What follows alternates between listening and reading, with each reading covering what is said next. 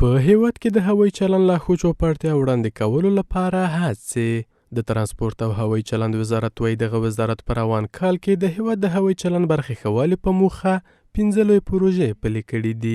1403 کال کې ټول د ترانسپورت او هوایي چلند وزارت په برخه کې موږ 42 پروژې لرو چې په دغه کې 15 لوی د هوایي چلند په برخه کې دي چې وای نن پرانیستل شوه، نور هم پرانیستل کیږي. 18 د واټ ترانسپورت په برخه کې. د ترانسپورت او هوایي چلند وزارت د معلوماتو پر بنسټ د هیواد له هوایي ډګرونو څخه په یوه شپه او ورځ کې 10 الوتنې ترسره کیږي چې ډیری یې نړیوالې الوتنې دي. دغه وزارت همداراز وايي د افغانستان فضا خوندي ده او هوایي چلند شرکتونه کولی شي پرته له کومې ستونزې د افغانستان له فضا څخه الوتنې وکړي. د افغانستان په سطحه په 24 ساعتونو کې تقریبا د 10 څخه تر 10 پورې الوتنې ترسره کیږي.